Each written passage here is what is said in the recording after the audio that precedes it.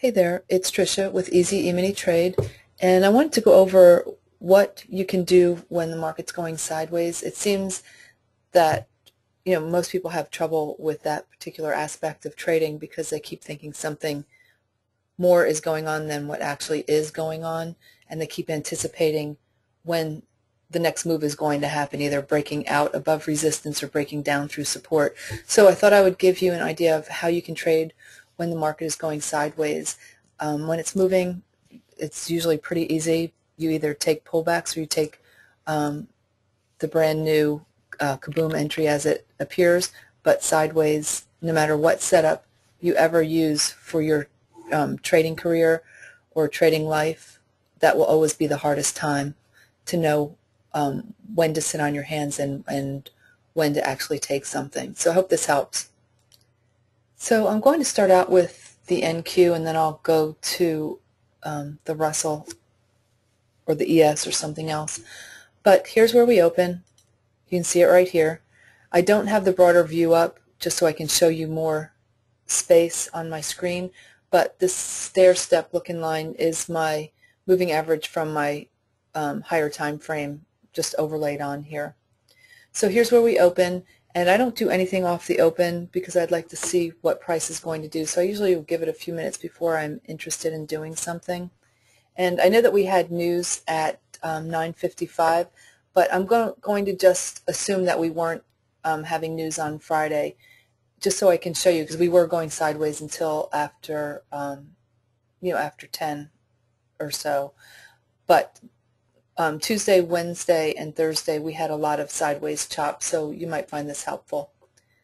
So off the open, we get a setup per se. I mean, it's technically a pullback entry, but you're not going to be looking for something right off the open. So we open, price is moving higher, and you can see that you get price to pull back right here once price starts to move. And so you may opt to take this as a pullback entry here at 9:33. So we now establish this area right here. And obviously we don't know at the time that that area is going to hold up, but what I would do is I would just draw myself a line, and when I get this buy setting up right here, you have the indicator crossing above zero. We're above our higher time frame moving average, and we're good to go. We know this is the area that previously held, so I would be looking at that as the general area of resistance. So then we get a short setting up here, but we're still above the moving average from our higher time frame. But what I would do is I can see this area right here, and I would go ahead and just start out with that area. I would just draw a line, and then I will usually choose to extend it just so I can have an idea of where an area of support is going to be. And we don't know, of course, it's going to hold up at any of these areas until it actually does. So let's say it broke that area, then obviously I would get rid of that line and start a new one. So we get a short here, but we're not really interested in doing anything because everything's not in line to take it. But down here, price holds the area from here. So I'm going to assume that's going to be my area of support. So now I've got my area of support established and my area of resistance. So now what you could do is, when you're going sideways, is you can just choose to take the entry as it sets up, regardless of what is going on the higher time frame, and just take it literally right here, even though you're under the higher time frame, and expect that it's going to get up to the resistance area. And you can do the same on the way down. You get your indicator crossing below zero here, and that would have you taking a short here, literally right on the moving average from the higher time frame, the broader view. But you know the general area where price is likely to hold up.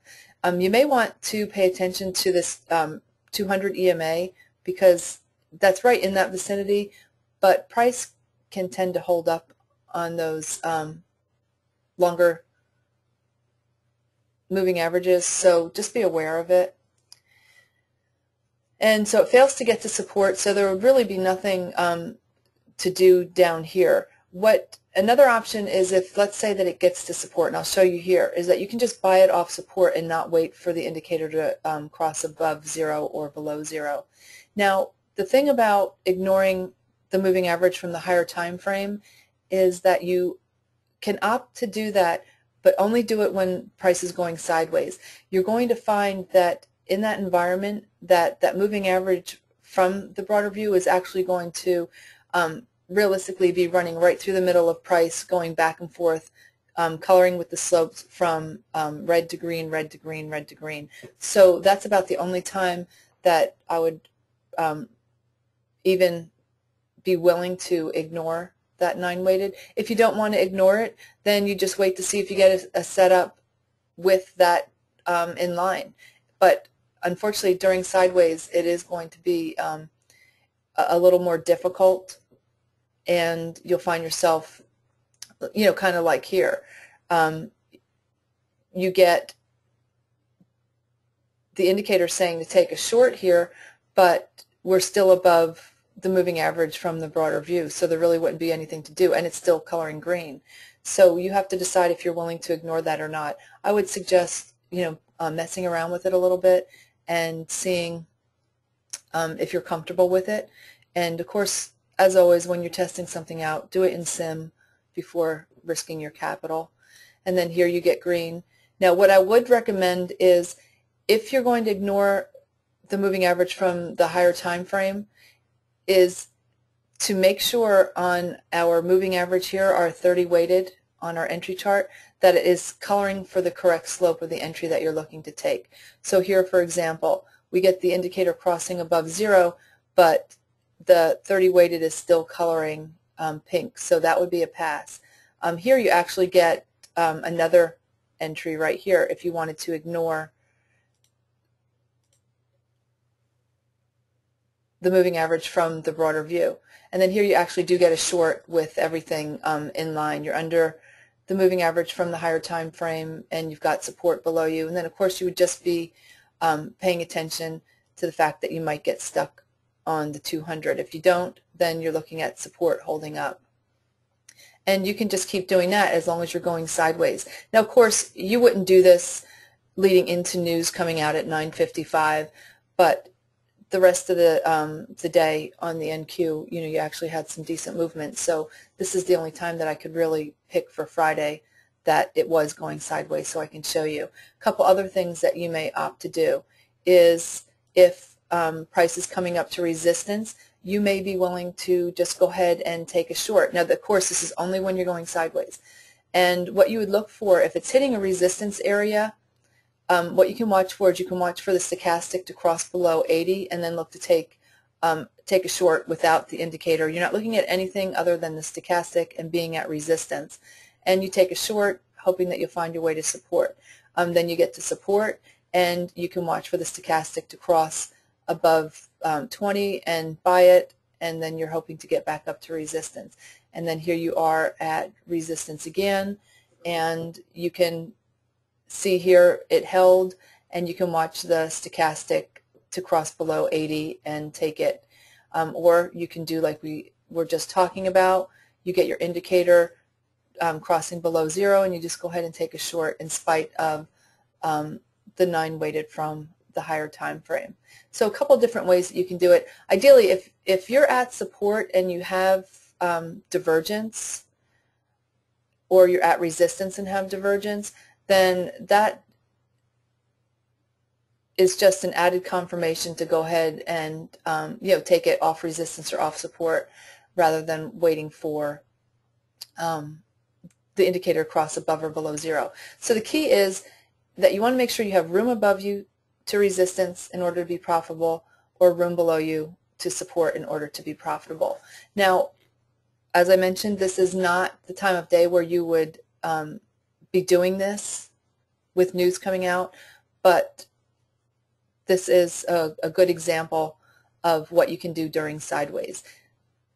And I'm going to go ahead and I'll flip over to something else so I can give you another bird's eye view. So let me just pause this for 1 minute, 1 second, and we'll do the Russell. And so here's the Russell. On the Russell, I like all the floor trader pivots with midpoints because it holds up to it pretty well. So here's our open right here. And so again, not willing to do anything right off the open, and let's just again pretend there's no news coming out at 9:55.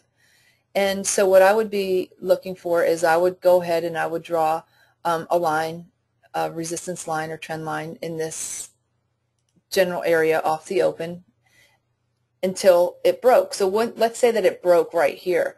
Then great. I would be then looking for price to go higher and then just take a pullback entry. And you can see this area here.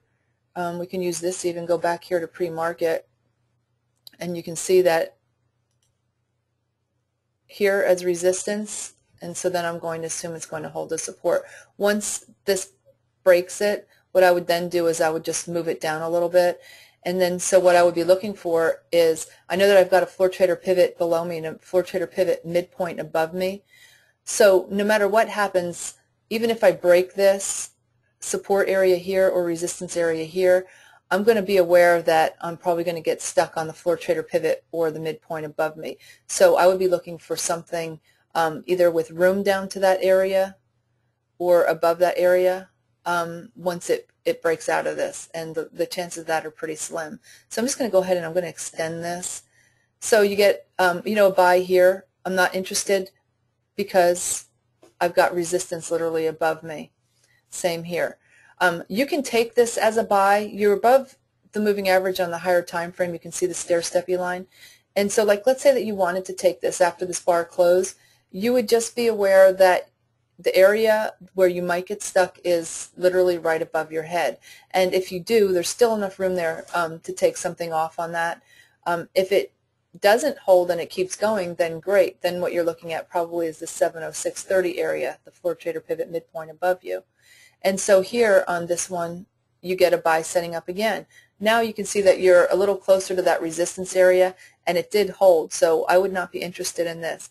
You're not looking for a short because you're still above that moving average from the broader view, so not really interested in anything there. Same thing here, a buy. You've got resistance above you. So when you see that you don't have room above you or below you, then just sit on your hands. Don't do anything. Just wait until it either breaks out or breaks down.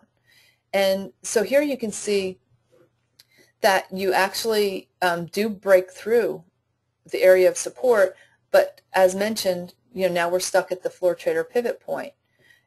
And so here you get a buy. I wouldn't be interested in a buy here because I'm under the moving average from the higher time frame, and we just broke support. So I'm not interested in this, anticipating it getting up here yet. And same here. We're under the moving average, and technically you do have a trend, a minor trend, but downtrend at this point. Barely, but it's there. And here you do get a short, but it's right on the area of support of the floor trader pivot. So unfortunately, you're going to do best to just wait until price gets away from those areas or you have room to those areas. So here we break it. You can see it. And so then what I would be looking for is I would be looking for a pullback. So you get a pullback here. You can see it. And then what I'd be watching for is my smaller moving average to cross to the outside of my 9 simple. And so then that would have you getting in right there. And so now you can see we picked a direction. It's at the moment anyway, it's lower. And then you do get a pullback here as well, if you didn't happen to get in here.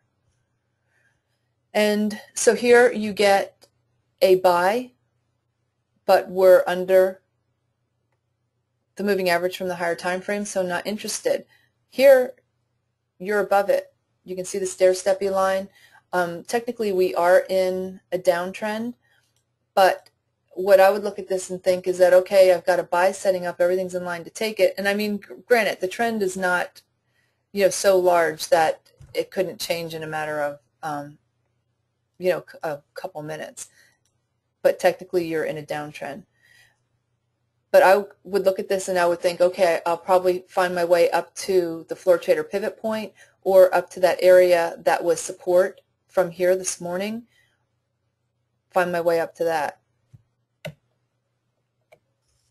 And here you get a short, but you're above the moving average on the broader view. You could get in a little late, like after the second bar if you like. My only concern with that would be that you are literally taking it above the high from the previous day. And that can be an area where it just kind of bounces back and forth, back and forth. So that would be up to you. And it's also, you know, leading into lunchtime at 11:30. So I hope that helps. So the key is to recognize when you are in a sideways consolidation period, because you're not going to want to keep taking trades, because you're going to find that it's just going to be a commission generator unless you have room up to resistance or down to support. You don't have to anticipate the entry or anticipate it breaking out or breaking down, because oftentimes those areas can break, but not before, you know, going back and forth, above and below it. So for me, I find it easiest to just let it break out or break down and then look for the pullback. Otherwise, just, you know, choose one of those methods for trading sideways and stay out of trouble. Okay, I hope it helps. And if you want more information on the setups, go to www.easyeminitrade.com.